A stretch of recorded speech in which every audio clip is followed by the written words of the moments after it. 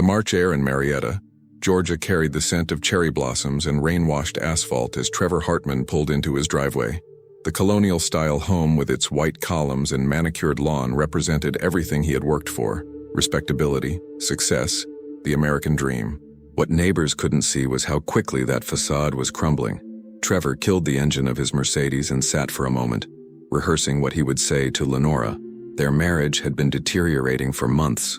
Arguments about money, his gambling debts, her desire for children, all of it had created a widening gulf between them. But he needed her, or more precisely, he needed the insurance policy he had convinced her to sign 6 months ago.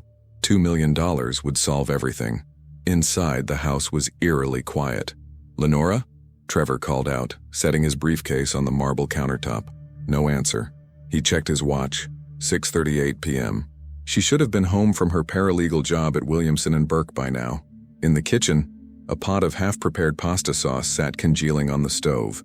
Lenora's phone lay on the counter beside a shopping list written in her neat handwriting. Her purse hung on the back of a dining chair. "Lenora?" he called again, this time with genuine confusion edging his voice. Trevor moved through the house, checking rooms with increasing urgency. In their bedroom, the closet door stood open, but nothing seemed obviously missing. Her car keys rested in the ceramic bowl by the front door. Her silver Acura remained in the garage.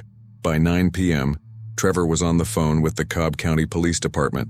"My wife is missing," he explained, his voice breaking appropriately. "She's never done anything like this before." Officer Ramirez arrived 40 minutes later, notebook in hand, asking routine questions that Trevor had anticipated. "When did you last see her?" "This morning before work," Trevor replied, running a hand through his dark hair. "She mentioned she might visit her friend Melissa tonight, but her car is still here." "Any arguments recently?" "No, nothing unusual," Trevor lied smoothly. "We've been talking about starting a family." As Officer Ramirez jotted notes, Trevor fought to maintain his concerned husband demeanor. Inside, calculations were already running. How long to wait before filing the insurance claim? How to appear appropriately devastated yet functional? "Most missing adults return home within 24 hours, Mr. Hartman," Ramirez explained. "But we'll file the report now given the circumstances." That night, Trevor slept in their king-sized bed alone, staring at the ceiling fan rotating slowly above him. He needed to be patient. The timing had to be perfect. Detective Alicia Coleman hated missing persons cases. After 12 years with Cobb County PD, she recognized the statistical realities. Adults who disappeared with their essential belongings rarely left against their will, but those who vanished without purse, phone, or transportation raised immediate red flags. "What have we got?" she asked, accepting the coffee her partner handed her as they stood in the Hartmans' living room the next morning. Lenora Hartman, 34, paralegal, no history of mental health issues, no known substance abuse, Detective Marcus Webb replied, flipping through his notes. "Husband says they were happy, trying for a baby. No known enemies." Coleman studied the framed photos on the wall. A smiling couple on vacation in Cancun, a professional portrait from what looked like a charity gala, holiday gatherings with friends. Textbook, perfect. "Financial situation?" she asked. "Husband's a financial advisor at Peachtree Investments. House is worth about $450,000, mortgage of $320,000. 2 car payments, no unusual withdrawals from their joint accounts." Detective Coleman moved to the kitchen where forensics was dusting for prints. "Anything stand out?" "Nothing obvious," the technician replied.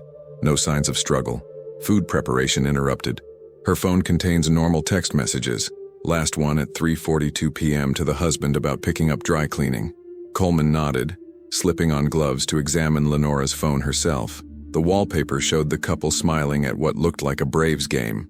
Recent calls were to her office, her mother in Florida, and various local businesses. "I want to see their computer," Coleman said. Upstairs in the home office, she found a desktop computer and a laptop. "Get these to digital forensics. Full scan, emails, browser history, everything." Trevor Hartman arrived while they were working, looking appropriately distressed in rumpled clothes. "Detective, please tell me you found something," he pleaded, voice cracking.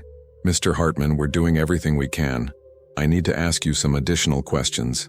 She guided him to the living room, noting his nervous glances toward the home office. "Of course, anything," he said, folding his hands. "Your wife's friend, Melissa. We'd like her contact information." Yes, it's Melissa Dawson." Trevor fumbled for his phone. She hasn't heard from Lenora either. I called her last night.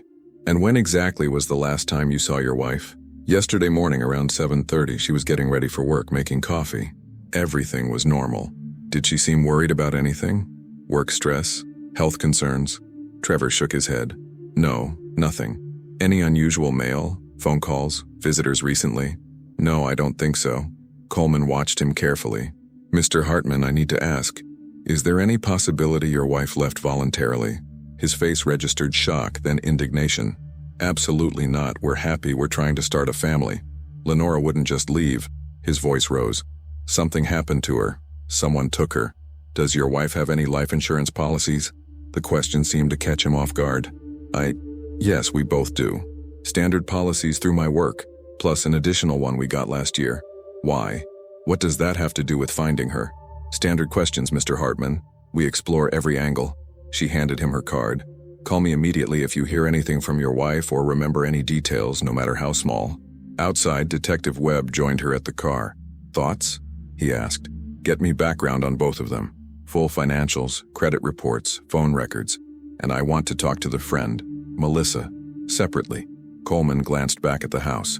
The husband's nervous about something more than his missing wife. 3 days passed with no sign of Lenora Hartman. Trevor moved with calculated precision. He called her office daily, contacted friends and family, and coordinated with police. Each evening, local news featured his tearful pleas. Please, if anyone has seen Lenora or has any information, call the police. Honey, if you can hear this, please come home. I love you. Behind closed doors, Trevor navigated a different reality. He deleted emails from his secret account, shredded financial documents, and carefully managed his public grief. The insurance paperwork was ready but needed to wait. Claiming too soon would raise suspicions. On the 5th day, Detective Coleman requested another interview at the police station. We've spoken with Melissa Dawson, Coleman said, watching Trevor's reaction. She says Lenora never mentioned plans to visit her that evening. Trevor shifted in his chair. I must have misunderstood. Maybe she said she was planning to call Melissa, not visit. Mr. Hartman, our technical team examined your home computer. Coleman opened a folder. We found searches for undetectable poisons and how to make a disappearance look like kidnapping in the browser history from 2 weeks before your wife disappeared. Trevor's composure slipped momentarily. That must be some mistake. Maybe Lenora was researching for a crime novel. She always talked about writing one. The searches were made during hours when Lenora was at work, according to her office time card. I don't know anything about that, Trevor insisted, sweat beading on his upper lip. Maybe someone hacked our computer. Coleman continued. We've also discovered you increased your wife's life insurance policy to $2 million 6 months ago. That was mutual. We both updated our policies. Ask my insurance agent. We did. He mentioned you were particularly insistent on the policy having no waiting period and covering unexpected disappearances after 2 years. Trevor leaned forward. Detective, I understand how this looks, but I love my wife. I'm devastated she's missing. I'd give anything to have her back. Coleman let silence fill the room before speaking again. Mr. Hartman, where were you between 3:45 p.m. and 6:30 p.m. on the day Lenora disappeared? At work, then commuting home. Can anyone verify that? I had client meetings until about 5, then drove straight home. We'll need those client names, Coleman said, sliding a notepad toward him. Trevor wrote down 3 names, hand trembling slightly. One more thing, Coleman added. We'd like permission to search the wooded area behind your home and the shed on your property. Trevor's face paled. You think I hurt my wife? We're exploring all possibilities, Mr. Hartman. Do we have your permission or should we get a warrant? Get a warrant, he snapped, then quickly softened his tone. I mean, of course you can search. I have nothing to hide. I can't believe you're treating me like a suspect when my wife is missing. Thank you for your cooperation, Coleman said, closing her folder.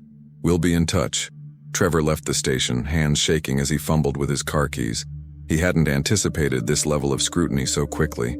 The plan was unraveling. He needed to accelerate his timeline, report Lenora presumed dead, file the claim, and disappear himself once the money cleared. As Trevor drove home, his phone rang with an unknown number. Mr. Hartman, this is Jerry Wiseman from Atlantic Life Insurance. I'm calling about your wife's policy. Trevor gripped the steering wheel tighter, forcing his voice to remain steady. Yes, we've been notified by the police about your wife's disappearance. I wanted to explain our process for these situations. Process? Trevor asked, heart pounding. In cases of disappearance, we require a waiting period of 7 years or a death certificate before claims can be processed.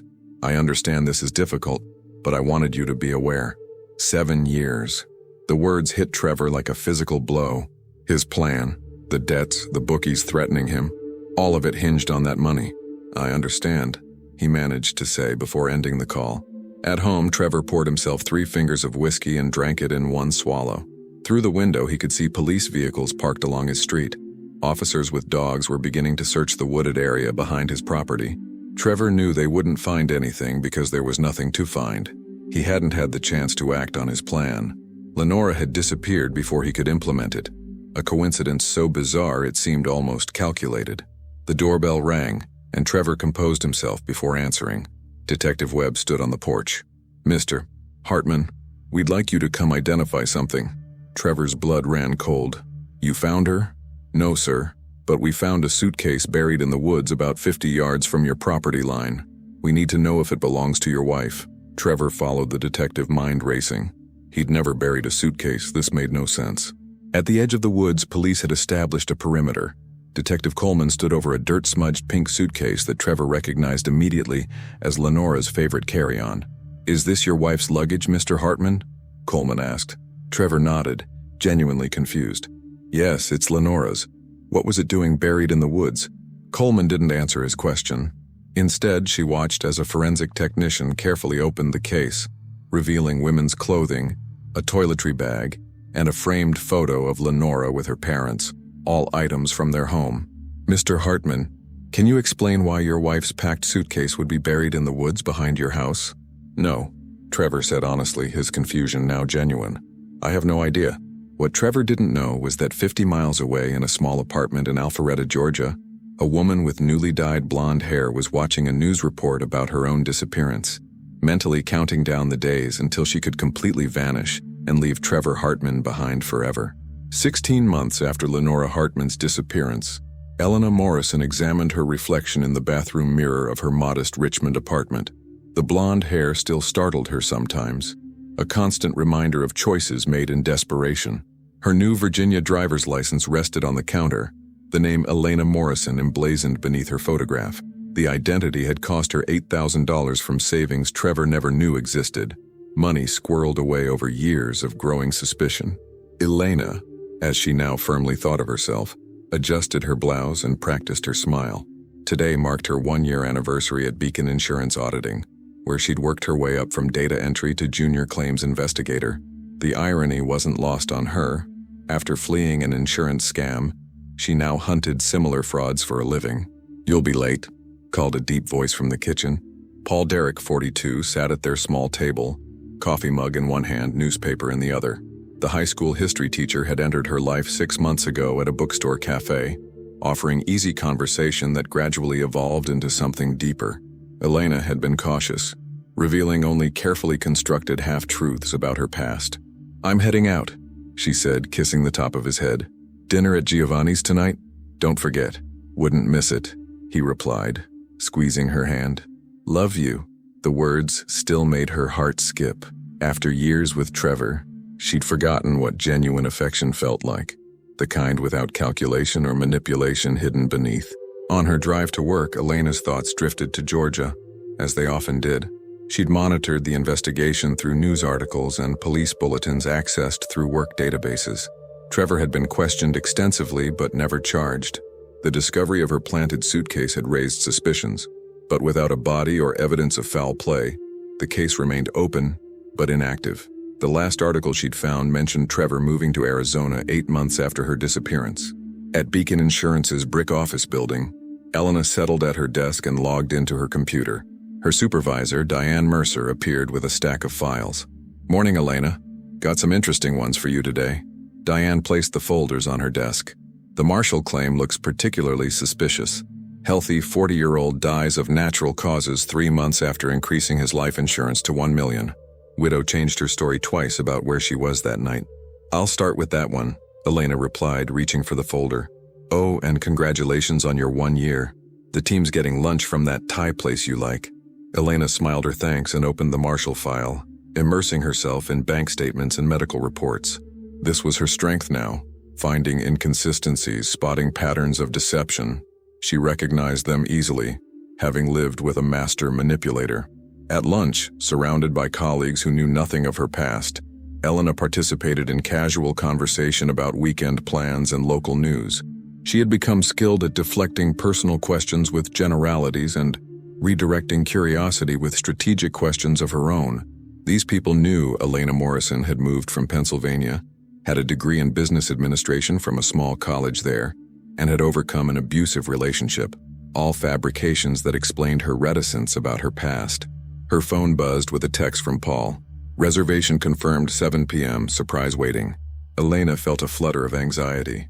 Paul had been hinting about taking next steps recently. Marriage.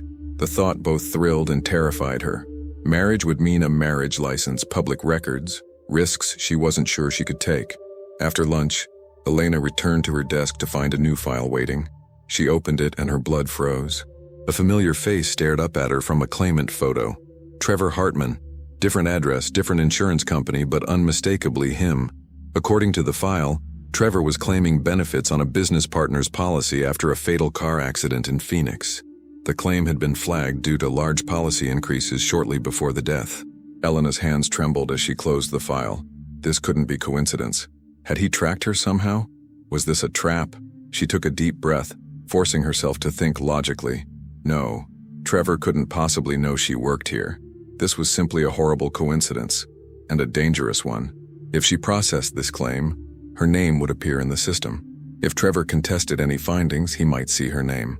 Elena took the file to Diane's office. "I need to recuse myself from this one," she said, placing it on her supervisor's desk. "Why's that?" Diane asked, looking up from her computer. "I knew the claimant in a previous job. It would be a conflict of interest." The partial truth came easily. Diane nodded, accepting the explanation without question. "No problem. I'll reassign it." Back at her desk, Elena struggled to focus on her remaining cases. The unexpected appearance of Trevor's file had shaken her more than she wanted to admit. She thought she'd put enough distance, both physical and temporal, between them. Now the past felt dangerously close again. That evening, Elena sat across from Paul at Giovanni's, a small Italian restaurant with checkered tablecloths and candles and wine bottles. She'd pushed thoughts of Trevor aside, determined not to let him ruin another moment of her life. "You seem distracted," Paul said, reaching for her hand across the table. "Tough case at work," she replied, squeezing his fingers. "Nothing I can't handle."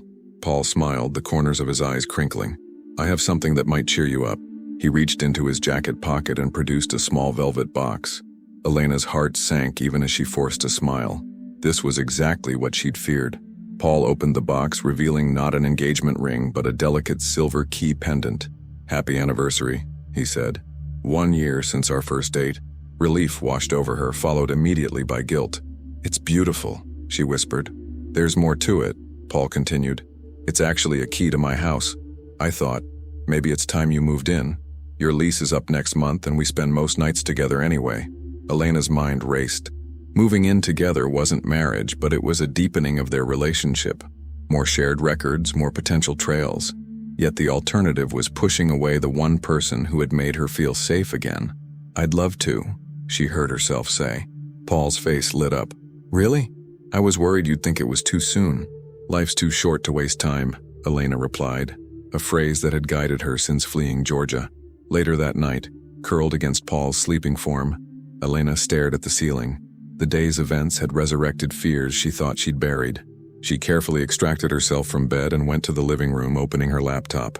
She navigated to news sites from Georgia, searching for any updates on her own case. The most recent article was from 3 months ago, a small piece about unsolved disappearances in Cobb County, with Lenora Hartman listed among several others. The article mentioned Trevor Hartman had been a person of interest but was never charged due to lack of evidence. Elena then searched Trevor's name paired with Phoenix. Several business announcements appeared, indicating he'd established a financial consulting firm with a partner named James Reddick, the same partner whose death had triggered the insurance claim. A pattern emerged that sent chills down her spine. Trevor had found another mark, another life insurance policy to exploit. Her disappearance hadn't stopped him. It had merely delayed his plans. Elena closed the laptop, mind whirling. Should she anonymously tip off the Phoenix police? The insurance company? Any action risked exposing herself, yet inaction might lead to another victim. By morning, Elena had made her decision. Using a public library computer during her lunch break, she sent an anonymous email to both the Phoenix Police Department and the insurance company, detailing Trevor's previous suspicious behavior in Georgia, without revealing how she knew these details. For the next week, Elena checked news sites daily for any mentions of Trevor or investigations in Phoenix. Nothing appeared. She began to wonder if her warning had been ignored or dismissed as a prank. Then, on Friday afternoon, a news alert popped up on her phone. Phoenix financial advisor questioned in business partner's death. The brief article stated that Trevor Hartman was being investigated after anonymous tips led police to evidence suggesting his business partner's car accident might not have been accidental. Elena felt vindicated, yet terrified. If police dug deeper into Trevor's past, the Georgia case would resurface. If they looked hard enough at the anonymous tip, could they trace it back to her? She'd been careful, but was it careful enough? The following Monday, Elena arrived at work to find Diane waiting at her desk. "Interesting development with that case you recused yourself from," Diane said, perching on the edge of Elena's desk. "Turns out the claimant is under investigation for similar insurance fraud in Georgia. Good instincts on the conflict of interest." Elena managed a neutral nod. Sometimes these cases have patterns across state lines. The police want someone from our team to review similar claims he might have been involved with. Since you're familiar with his previous work, would you be comfortable consulting, not as the lead investigator, but as an advisor? The request struck Elena as both ironic and dangerous. "I suppose I could," she said carefully, "though my knowledge is limited." "Great, there's a detective from Phoenix flying in tomorrow to review our files. Just an hour of your time, tops." Elena agreed, her mind already formulating how to be helpful without revealing too much. She could position her knowledge as professional research rather than personal experience. That night she told Paul she needed to work late the following evening, hating the lie but seeing no alternative. The fewer connections between her and the Trevor Hartman case, the better. The next day, Elena's anxiety built as the meeting time approached. At 4 p.m., Diane appeared at her cubicle with a man in a charcoal suit. "Elena, this is Detective Carlos Vasquez from Phoenix PD. Detective Elena Morrison, one of our best investigators." Elena stood, extending her hand while fighting to keep her expression neutral. "Nice to meet you." "Likewise," Vasquez replied, shaking her hand firmly. "I appreciate your time. I understand you have some familiarity with Trevor Hartman's previous activities?" "Only through research," Elena said smoothly. "When the case crossed my desk, the name seemed familiar from an insurance fraud seminar I attended. I looked into the Georgia case out of professional curiosity." Diane led them to a conference room where file boxes awaited. "I'll leave you to it. Elena, just lock up when you're finished." As the door closed, Detective Vasquez opened the first box. "Mr. Hartman has been quite busy since leaving Georgia. We've found evidence suggesting he may have been involved in 2 other suspicious deaths with insurance payouts." "What happened in the Georgia case?" Elena asked, pretending ignorance while her heart hammered. "His wife disappeared under suspicious circumstances. He was the beneficiary of a large life insurance policy he'd recently increased. Police found evidence suggesting he might have planned to harm her, but without a body or concrete evidence, they couldn't make charges stick." Vasquez pulled out a photograph. "This is Lenora Hartman, the missing wife." Elena looked at her own face in the photograph, a surreal experience that made her slightly dizzy. "And she was never found?" "No. The case is still technically open but inactive." Vasquez studied her face. "You know, you bear a slight resemblance to her." Elena forced a laugh. "I guess I have one of those faces. Common features." They spent the next hour reviewing files, Elena careful to offer insights that would help the investigation without revealing her true knowledge. She pointed out patterns in Trevor's methodology, increasing policies shortly before incidents, creating circumstances that appeared accidental, choosing victims who trusted him implicitly. As they concluded, Vasquez handed her his card. "If you remember anything else from that seminar or notice any other patterns, please call me directly." "Of course," Elena replied, accepting the card. "I hope you catch him before anyone else gets hurt." After Vasquez left, Elena sat alone in the conference room, struggling to steady her breathing. The walls of her carefully constructed new life suddenly seemed paper thin. It would take just one person making a connection, One facial recognition program comparing Elena Morrison to Lenora Hartman. One slip-up on her part.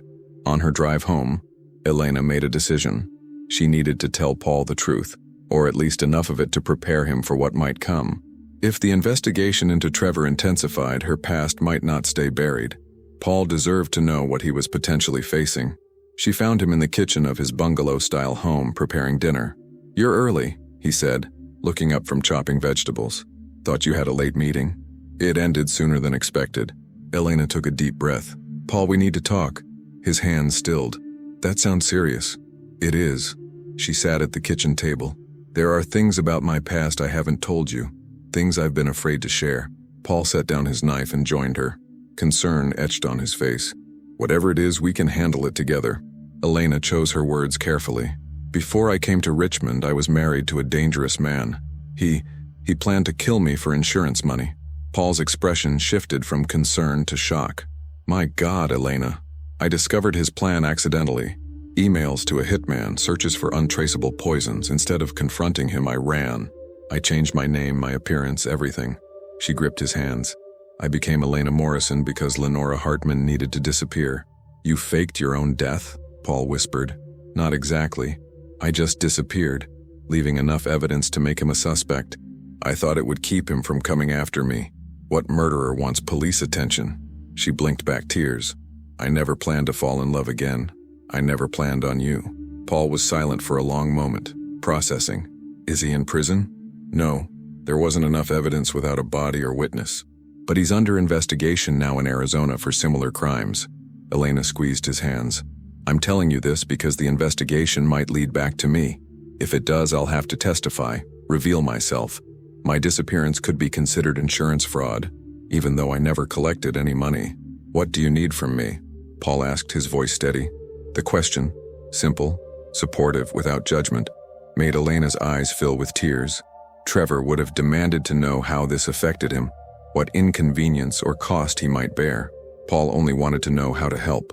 "Just be prepared. Things might get complicated, and I would understand if this is too much." Paul moved his chair closer, pulling her into his arms. "Elena or Lenora or whatever name you choose, I love you. We'll figure this out together." They stayed like that, holding each other in the kitchen as dinner preparations lay forgotten. Elena felt both terrified and relieved. The truth, or part of it, was out, and Paul hadn't run away. Later that night, as Paul slept, Elena received an email notification on her phone. The sender was listed as Phoenix PD Updates. She opened it cautiously. "Ms. Morrison, thank you for your assistance today. We've made significant progress in our investigation of Trevor Hartman. In reviewing old evidence from Georgia, detectives there discovered something interesting on Lenora Hartman's laptop that might connect to our case. Would you be available to review these findings tomorrow? Detective Vasquez." Elena's blood ran cold. Her old laptop had been left behind deliberately, wiped of anything incriminating. What could they have found? Was this email even legitimate or a trap set by Trevor somehow? She wouldn't respond tonight. Tomorrow, she would verify the email through official channels before deciding her next move. For now, she needed to prepare for the possibility that Lenora Hartman might soon need to return from the dead. What she didn't know was that 70 miles south in Charlottesville, Virginia, Trevor Hartman was checking into a hotel under a false name, his car trunk containing files on every insurance company in Richmond, including Beacon Insurance auditing. Elena Morrison woke before her alarm, the remnants of a nightmare still clinging to her consciousness. In the dream, she'd been running through endless corridors while Trevor's voice echoed around her. "Insurance fraud is a felony, Lenora." The email from Detective Vasquez haunted her. What could they have possibly found on her old laptop? She'd been meticulous, using specialized software to wipe the hard drive before leaving it behind. Paul stirred beside her. "You okay?" he mumbled, half asleep. "Just work stress," she replied, kissing his forehead. "Go back to sleep." In the kitchen, Elena made coffee and opened her laptop. First, she needed to verify if the email was legitimate. She called the Phoenix Police Department's main number asking for Detective Carlos Vasquez. "One moment," the receptionist said before transferring the call. "Detective Vasquez," came the now familiar voice. "This is Elena Morrison from Beacon Insurance. I received your email about meeting today." "Yes, Ms. Morrison. I apologize for the late notice.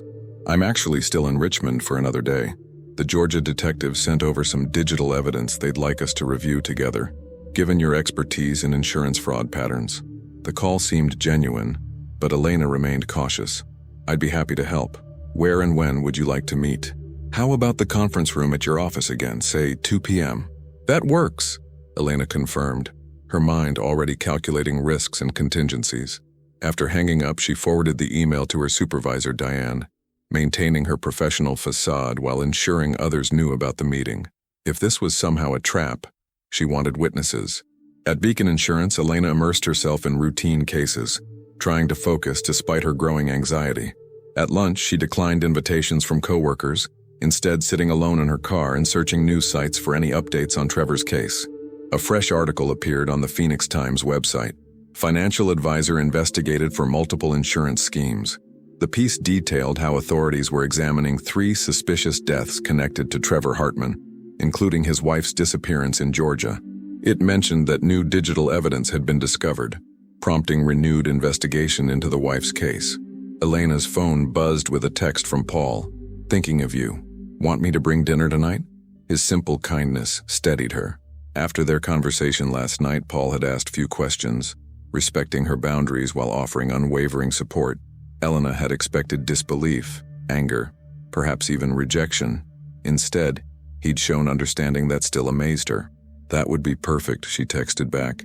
Might be working late, though. At 1:55 p.m., Elena gathered her notepad and made her way to the conference room.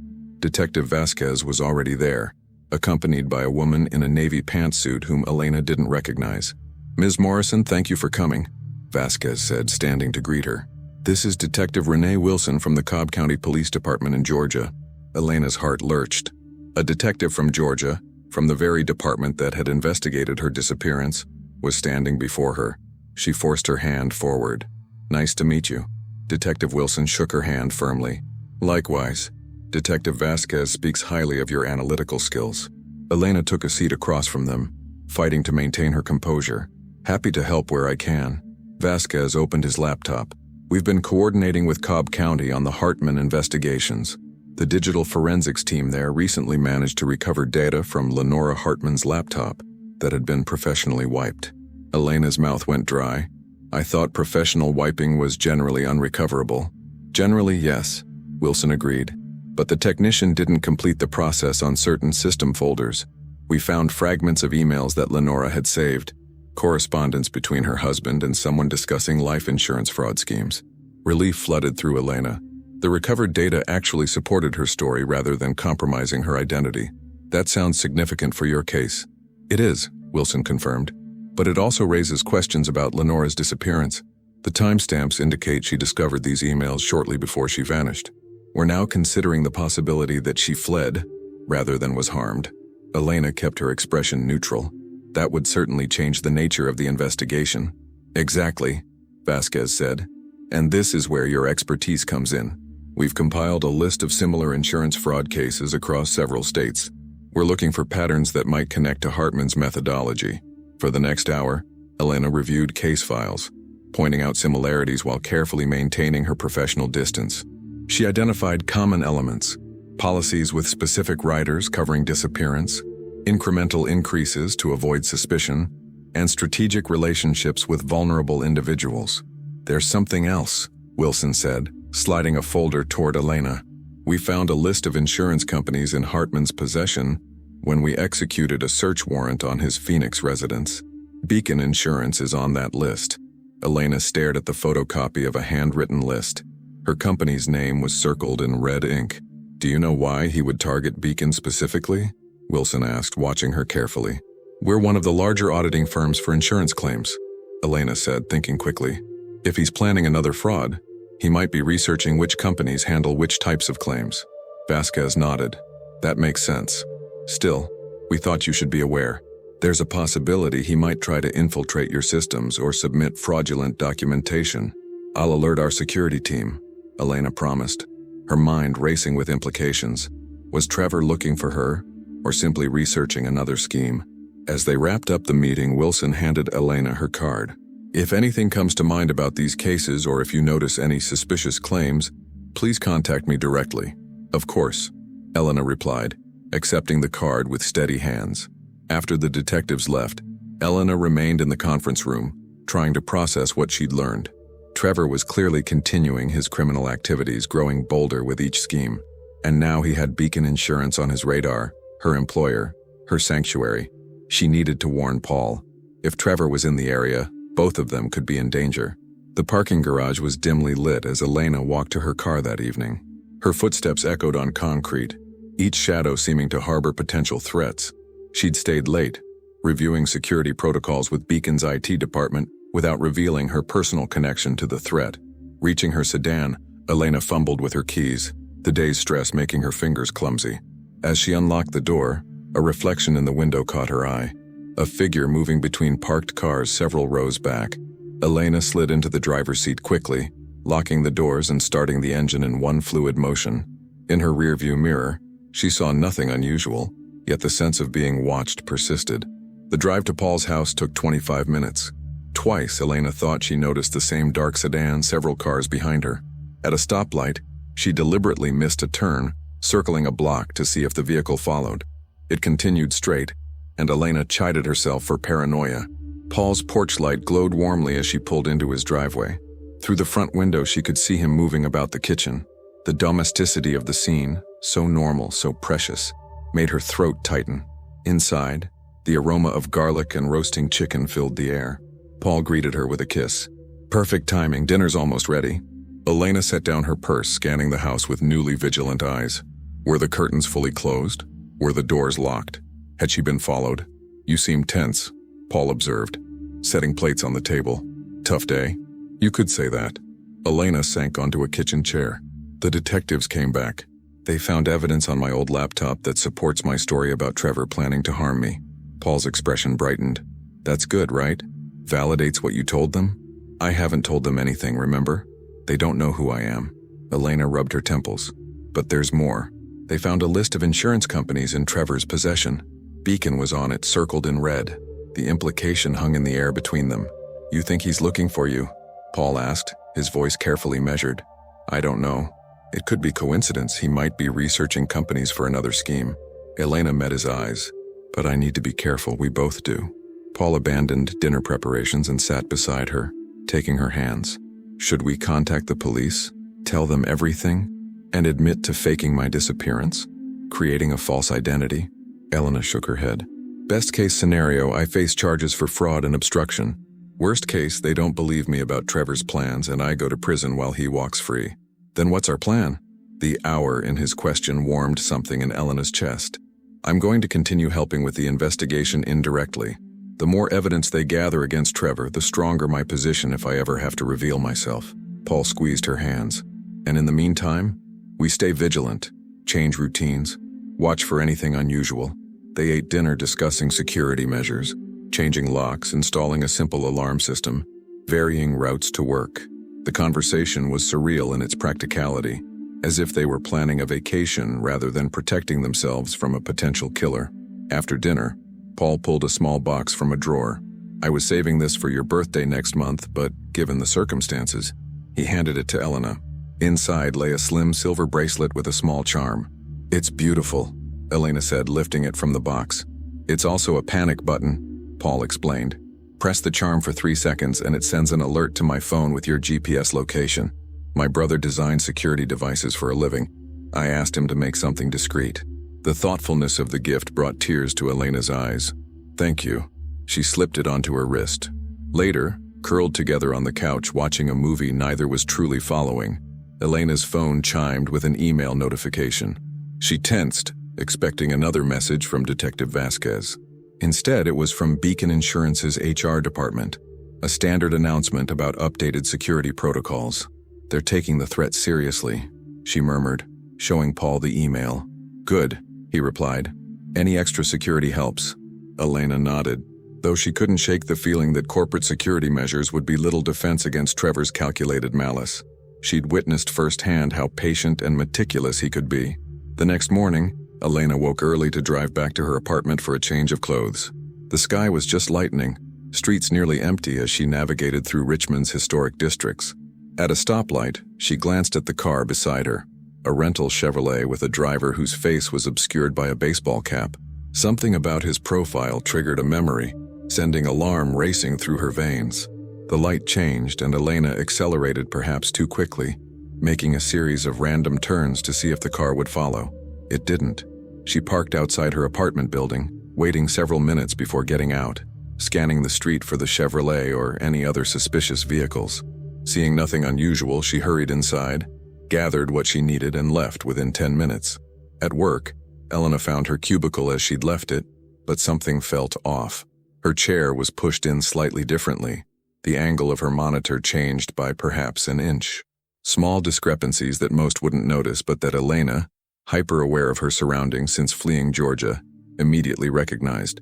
"Morning, Elena," Diane called, walking past with coffee. "Everything okay? You look like you've seen a ghost." "Fine," Elena replied automatically. "Just remembered a report I forgot to file." She sat cautiously, examining her desk for anything obviously disturbed. Finding nothing, she turned on her computer and navigated to the building's security logs, which she had access to as part of the fraud investigation team. The previous night's entry log showed nothing unusual, no unauthorized access to their floor. Perhaps she was being paranoid. The cleaning staff could have moved things slightly, or she might be misremembering how she'd left her workspace. Elena opened her email to find a message from Detective Wilson requesting a phone call at her convenience. She dialed immediately. "Ms. Morrison, thank you for calling back so promptly," Wilson said. "I wanted to update you on the situation. We've issued an alert for Trevor Hartman. He missed a scheduled interview yesterday, and his neighbor reported seeing him loading suitcases into his car 2 days ago." "You think he's running?" Elena asked, heart pounding. "Possibly. Or relocating to continue his activities elsewhere." A pause. "His credit card was used at a gas station outside Charlottesville, Virginia yesterday morning." Charlottesville, less than an hour from Richmond. Elena gripped the phone tighter. "I see. Given his interest in Beacon Insurance, we thought you should be aware. We've notified local authorities, but there's limited action they can take without evidence of a crime." "I understand. Thank you for the warning." After hanging up, Elena sat motionless, processing the implications. Trevor was in Virginia. The timing couldn't be coincidence. She pulled up the company directory on her computer. Each employee profile included a small photograph. Elena had always been careful to avoid company photos, citing religious reasons, but most of her colleagues had standard headshots. What if Trevor had somehow obtained access to this directory? Would he recognize her despite the blonde hair and different styling? The prospect made her stomach clench. At lunch, Elena drove to a small park several blocks from the office. Sitting on a bench, she called Paul. "Trevor is in Virginia," she said without preamble. "Charlottesville, as of yesterday." A beat of silence. "That's too close to be coincidence." "My thoughts exactly. I need you to promise me something." Elena took a deep breath. "If anything happens to me, if I disappear again, don't look for me. Go to the police with everything I've told you, but don't try to find me yourself." "Elena, promise me, Paul. Trevor is dangerous. I won't have you hurt because of me." His sigh carried through the phone. "I promise, but only if you promise the same goes both ways. If I notice anything suspicious, you go straight to the police. No more running, no more hiding." Elena hesitated. "I can't promise that. Not yet. Not until there's enough evidence against him." "Then we're at an impasse," Paul said firmly. "Because I won't stand by if you're in danger." Their conversation ended with neither fully satisfied, but Elena felt strangely comforted by Paul's stubbornness. Trevor had manipulated through fear and isolation. Paul fought for connection, for shared solutions. Returning to the office, Elena found a package on her desk. A small padded envelope with no return address. Her name printed in block letters. The postmark was from Phoenix, 3 days earlier. Elena stared at it, reluctant to touch it. Finally, using a letter opener, she carefully slit one end and tilted the contents onto her desk. A USB drive and a folded note that read simply, "For Ms. Morrison, critical evidence in Hartman case. Detective Vasquez." Her instincts screamed warning. The handwriting didn't match the signature on Vasquez's card. The packaging was generic, the kind available at any shipping store. Why would Vasquez send evidence through regular mail rather than official channels? Elena lifted the USB drive with a tissue, examining it without touching the surface directly. It was a standard black model, unmarked and unremarkable. She placed it back on her desk and called Detective Vasquez's direct line. "Detective, it's Elena Morrison. Did you send me a USB drive containing case evidence?" "No." Vasquez replied, his tone sharpening. We would never send evidence through regular mail, especially not digital media. That's what I thought. I've just received a package claiming to be from you containing a USB drive and a note about the Hartman case. Don't connect that drive to any device, Vasquez instructed. It could contain malware designed to access your systems. We'll send someone to collect it immediately. After hanging up, Elena stared at the innocuous-looking drive. Trevor had worked in financial technology for years before becoming a financial advisor. He had boasted about his ability to create programs that could extract data without detection. A chill ran through her. If she had plugged in that drive, what information might it have stolen? Customer data, employee records? Or was it specifically targeting her, seeking to confirm his suspicions? A local police officer arrived within 30 minutes to collect the USB drive and package. Elena provided a statement describing how the package had appeared on her desk without explanation. By late afternoon, Detective Wilson called again. The USB drive contained a sophisticated tracking program, she explained. It was designed to infect any computer it connected to, then transmit data including keystrokes, accessed files, and webcam images back to a remote server. Our tech team is trying to trace the server location now. So someone is trying to spy on Beacon Systems? Elena asked, feigning ignorance about who that someone might be.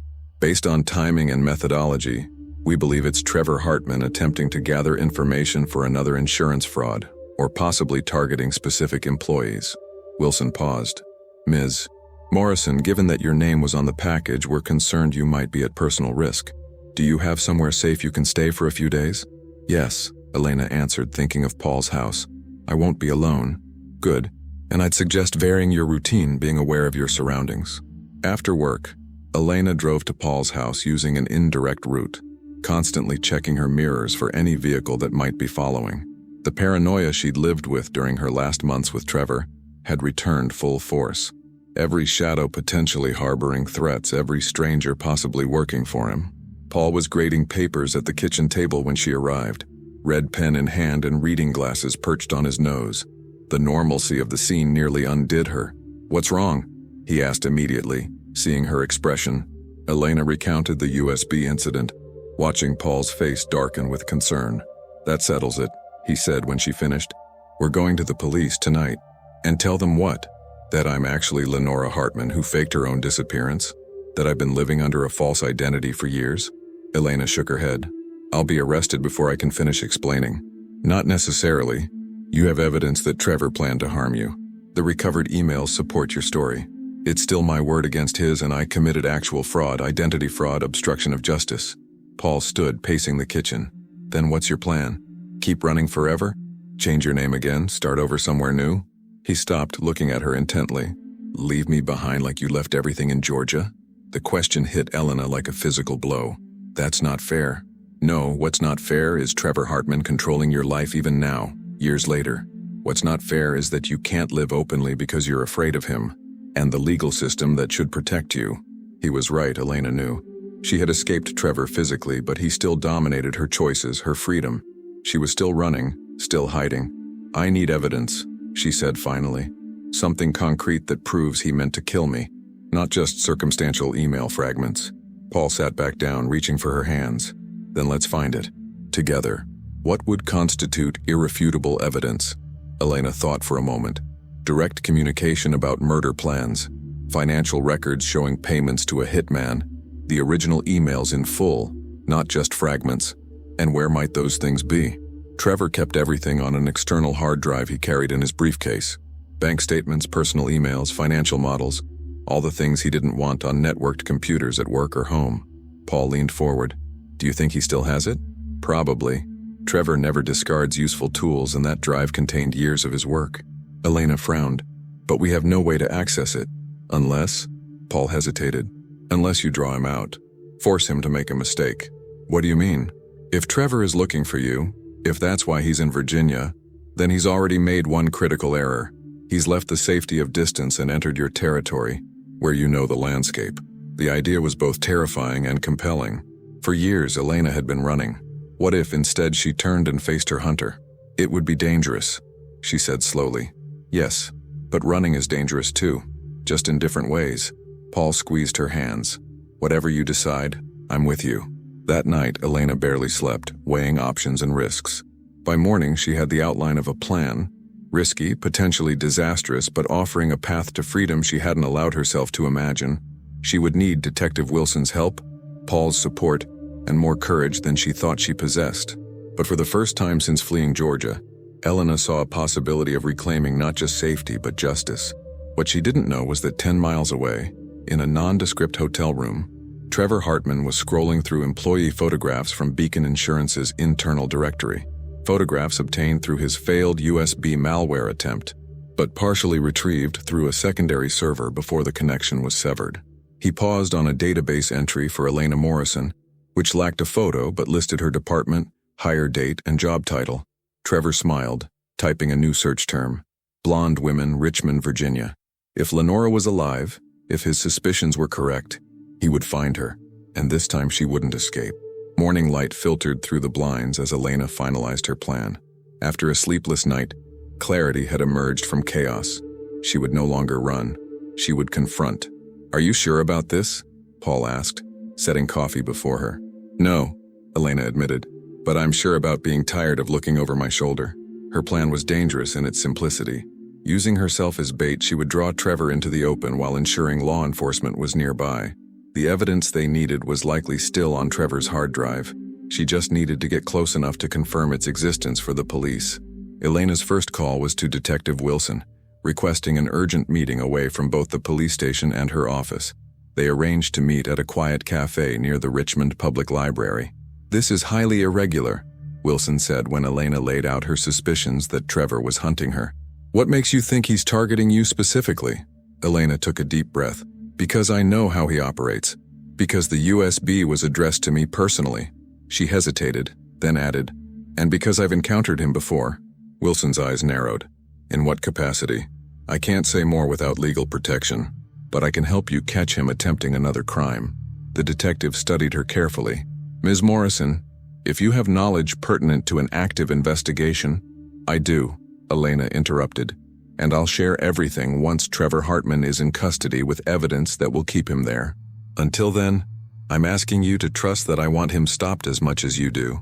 After lengthy discussion, Wilson reluctantly agreed to Elena's proposal. She would maintain her normal routine, but with surveillance and a wire. If Trevor approached her, they would have both video and audio evidence of whatever he said or did. "We'll have plainclothes officers nearby at all times," Wilson promised. "But this is extremely risky." "Less risky than waiting for him to strike first," Elena countered. At work, Elena moved through her day with heightened awareness, the small transmitter secured beneath her blouse. Every stranger warranted careful observation. Every unusual sound drew her attention. By afternoon, the constant vigilance had left her exhausted. Perhaps Trevor had already left Virginia. Perhaps she had misinterpreted everything. Then her office phone rang. Beacon Insurance, Elena Morrison speaking. Silence then. "Hello, Lenora?" The familiar voice sent ice through her veins. "Trevor, I'm sorry, you have the wrong number," she replied, voice steady despite her racing heart. "Do I? You've changed your hair. Blonde suits you." Elena pressed the panic button on her bracelet, alerting both Paul and the surveillance team. "Sir, I don't know who you're looking for, but my name is Elena." Trevor's laugh was just as she remembered. Controlled, slightly condescending. "Elena Morrison, born in Pennsylvania, graduated from Westridge College, hired by Beacon 18 months ago. Except Westridge has no record of an Elena Morrison, and your social security number belonged to a girl who died in infancy. You're good, Lenora, but I'm better." "I'm hanging up now," Elena said, gesturing frantically to her supervisor across the office. Diane approached quickly, concern evident on her face. "Before you do," Trevor continued, "look out your office window, northwest corner." Elena turned slowly. Across the street, a figure stood beside a parked car, phone to his ear. Even at this distance, she recognized Trevor's posture, the set of his shoulders. "I see you," he said softly, "and we have so much to discuss. The insurance policy, for instance. Did you know they never paid out? All that trouble for nothing." Elena maintained her composure as Diane reached her desk. "Security issue," she whispered, covering the mouthpiece. "Call Detective Wilson." "I'll be waiting in the parking garage at 5:30, Trevor continued. "Come alone, or I'll send certain financial records to the FBI."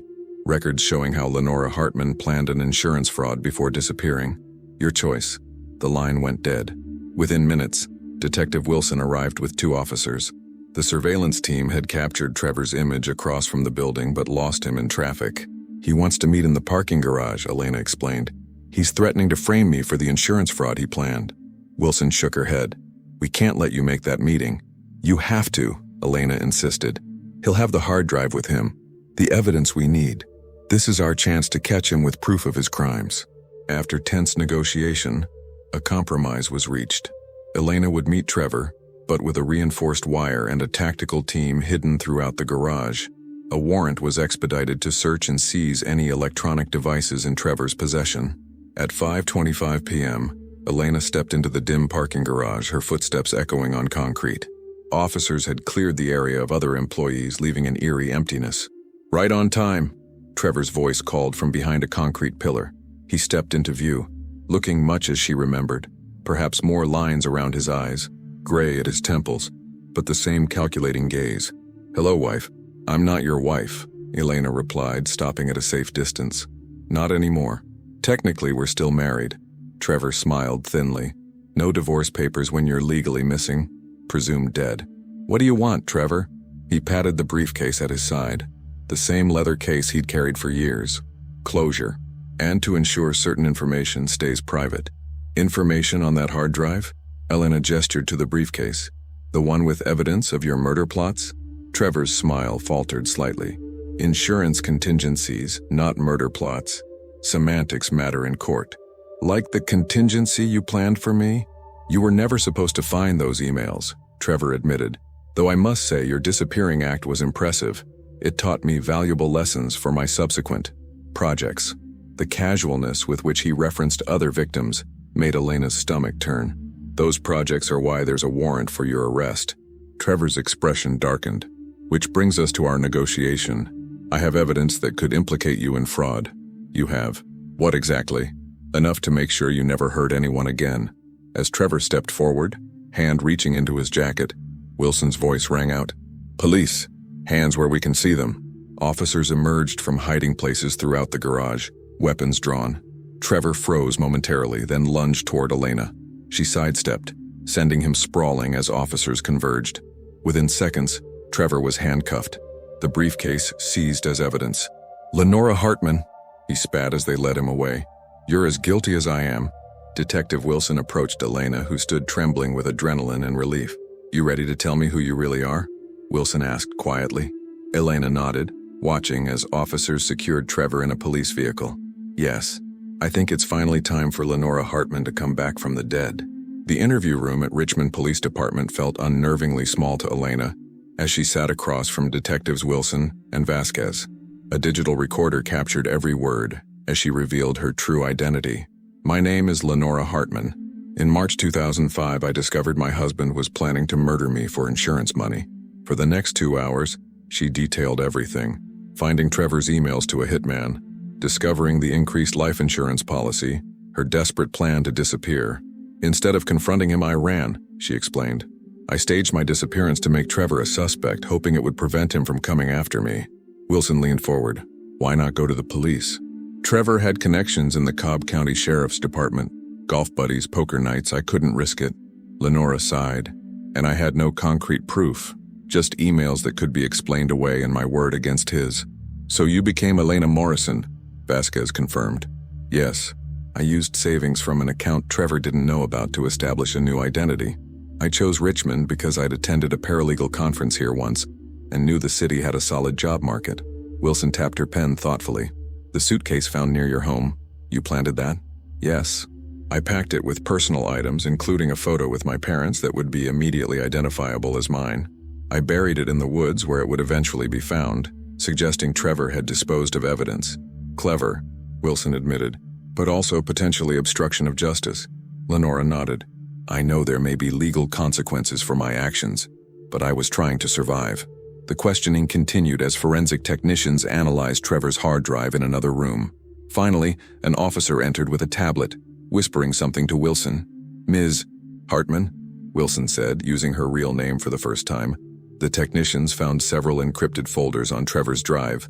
They've accessed one containing emails between your husband and a man named Raymond Kerr discussing, and I quote, making the problem disappear permanently with references to your daily routines and habits. The timestamps match the period before your disappearance. Relief washed over Lenora. Then you have proof. We do, along with evidence connecting him to 2 other insurance fraud cases resulting in deaths. Wilson's expression softened slightly. Your testimony will be crucial, but given the circumstances, the DA is prepared to offer immunity for any charges related to your disappearance and assumed identity. Tears pricked at Lenora's eyes. After years of running, of looking over her shoulder, the possibility of freedom seemed almost unfathomable. What happens now? She asked. Now, Vasquez said, we build the strongest possible case against Trevor Hartman. The following days passed in a blur of depositions, paperwork, and identity reclamation.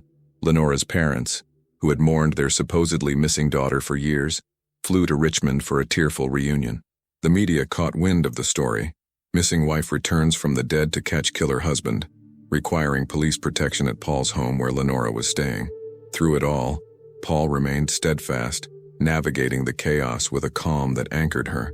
When reporters pressed him about his relationship with a woman living under a false identity, he simply replied, I fell in love with who she is, not what name she uses. A week after Trevor's arrest, Lenora sat with Paul on his back porch, watching fireflies emerge in the early evening.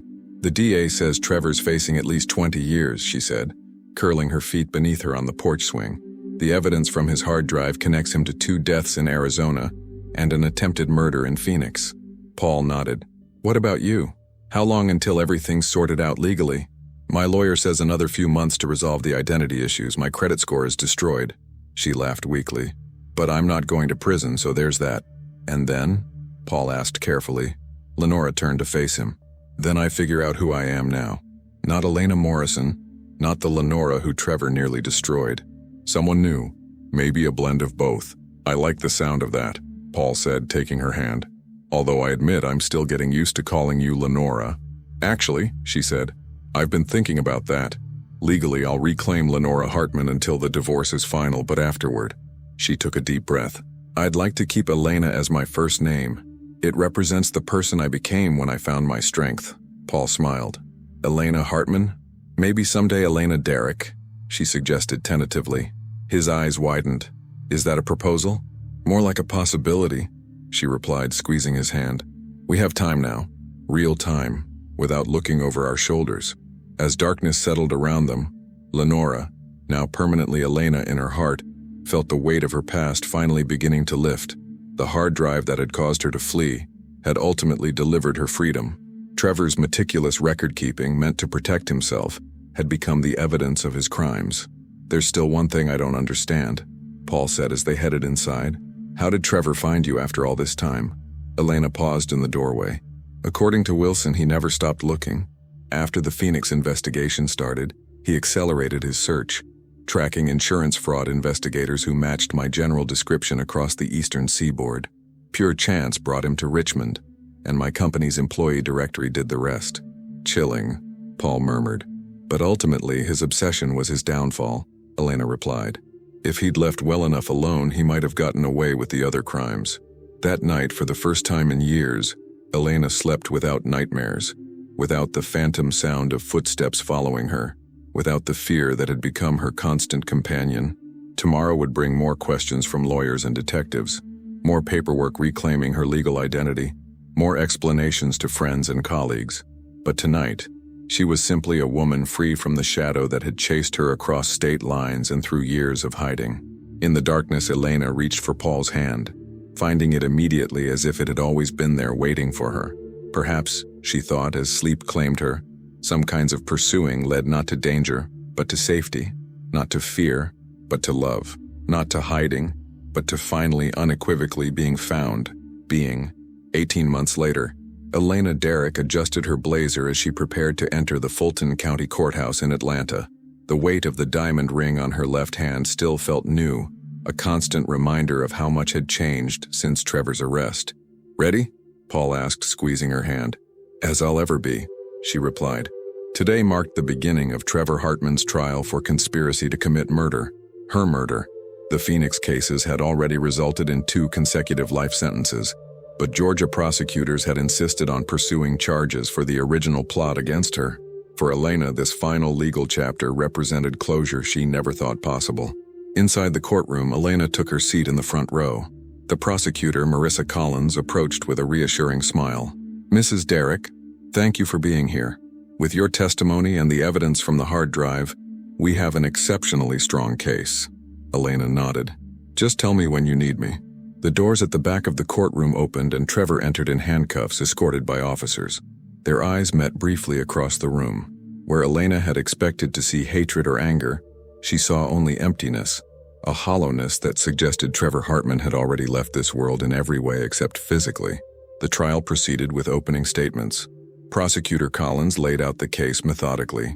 The defendant meticulously planned to murder his wife for insurance money. Only through her own resourcefulness did Lenora Hartman, now Elena Derrick, escape this fate. Trevor's public defender countered with claims of misinterpreted evidence and prosecutorial overreach, arguments that rang hollow against the mountain of digital records recovered from Trevor's hard drive. When called to testify, Elena approached the witness stand with steady steps. After being sworn in, she faced the courtroom and her past directly. "Mrs. Derrick," Collins began, "please tell the court about your marriage to the defendant." Elena spoke clearly, describing the gradual deterioration of their relationship, Trevor's mounting financial troubles, and her discovery of his deadly plans. She explained her desperate decision to disappear, her years in hiding, and the events leading to Trevor's arrest. "I lived in constant fear," Elena testified. "Every unexpected sound, every stranger who looked at me too long, I wondered if he had found me, if that day would be my last." During cross-examination, Trevor's attorney attempted to suggest Elena had orchestrated her disappearance to escape unhappiness rather than danger. "If you truly feared for your life," he challenged, "why not go to the police?" "Because I had no proof that would stand up in court," Elena replied calmly. "Only suspicion and partial emails that could be explained away. I believed disappearing was my only option for survival." When Trevor took the stand in his own defense, he appeared almost bored, answering questions with detached precision. He claimed the emails were theoretical discussions, research for financial planning scenarios, misinterpreted by an unhappy wife. "If I had truly wanted to harm Lenora," he stated flatly, "I had years of opportunity before her disappearance." The prosecutor's response was devastating. "Yet the moment she vanished, you began searching for information on how insurance companies handle missing persons cases, correct?" Trevor had no compelling answer. On the third day of trial, the forensic technician who had analyzed Trevor's hard drive testified about the recovered files, detailed plans spanning years, communications with a man willing to solve the Lenora problem permanently for $50,000, and subsequent schemes that had resulted in actual deaths. Throughout the proceedings, Elena watched the jury's reactions, noting their expressions of shock, disgust, and ultimately conviction. They deliberated for less than 4 hours before returning their verdict, guilty on all counts. At sentencing, Judge Michaels addressed the court. "Mr. Hartman, you have demonstrated a calculated disregard for human life in service of financial gain. The court sentences you to 25 years, to run consecutively with your existing sentences." Trevor showed no reaction as he was led away, not even glancing in Elena's direction. Outside the courthouse, standing before media cameras and microphones, Elena delivered a brief statement. "Today brings closure to a chapter of my life I never expected to survive. I hope my story encourages others living in fear to seek help and reminds them that escape is possible. Justice, however delayed, remains justice." That evening, Elena and Paul sat on the balcony of their hotel overlooking downtown Atlanta. The city lights created a tapestry below them, so different from the Richmond neighborhood they now called home. "Strange," Elena mused, "to be back in Georgia not as a victim or a fugitive, but as someone who won." Paul handed her a glass of champagne. "To victory, then." "To survival," she corrected, clinking her glass against his. "And to new beginnings."